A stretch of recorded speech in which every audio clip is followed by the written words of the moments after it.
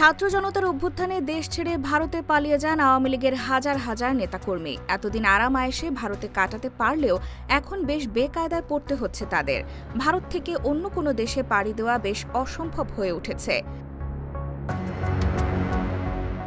গোয়েন্দা তথ্য বলছে, পলাতক আওয়ামী লীগের প্রভাবশালী নেতাকে বিমানবন্দর থেকে ফিরিয়ে দিয়েছে ভারতীয় বাহিনী। ফলে এখন চাইলেই আগের মতো ভারত ছাড়তে পারছেন না দলটির নেতাকর্মীরা।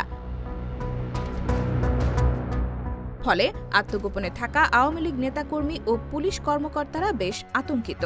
বিষয়টি বাংলাদেশের একটি গোয়েন্দা সংস্থার প্রতিবেদনে উল্লেখ করা হয়েছে বলে একটি সূত্র জানিয়েছে। ওই প্রতিবেদক কয়েকজন পলাতক নেতা ও পুলিশ কর্তার সঙ্গে কথা বলেও এর সত্যতা পেয়েছেন।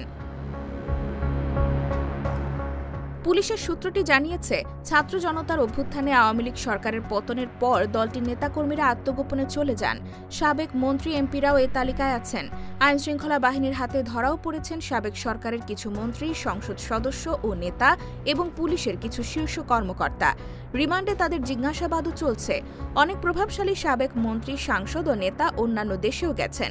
অধিকাংশ নেতাকর্মী বিভিন্ন সীমান্ত এলাকা দিয়ে ভারতে চলে গেছেন, কেউ কেউ বিমানবন্দর দিয়েও গেছেন। ভারতে যারা গেছেন তাদের অনেকেই কলকাতায় আছেন। নেতাদের মধ্যে সাবেক স্বরাষ্ট্রমন্ত্রী আসাদুজ্জামান খান সহ বেশ কয়েকজন প্রভাবশালী নেতা রয়েছেন। পাশাপাশি যুবলীগ, ছাত্রলীগ ও স্বেচ্ছাসেবক লীগের এবং জেলা, উপজেলা ও ইউনিয়ন পর্যায়ের নেতারাও আছেন। যারা কলকাতা সহ ভারতের বিভিন্ন প্রদেশে আছেন তাদের তালিকা আছে বাংলাদেশের আইনশৃঙ্খলা বাহিনীর কাছে। তাদের উপর ওই দেশের আইনশৃঙ্খলা বাহিনীরও নজর আছে।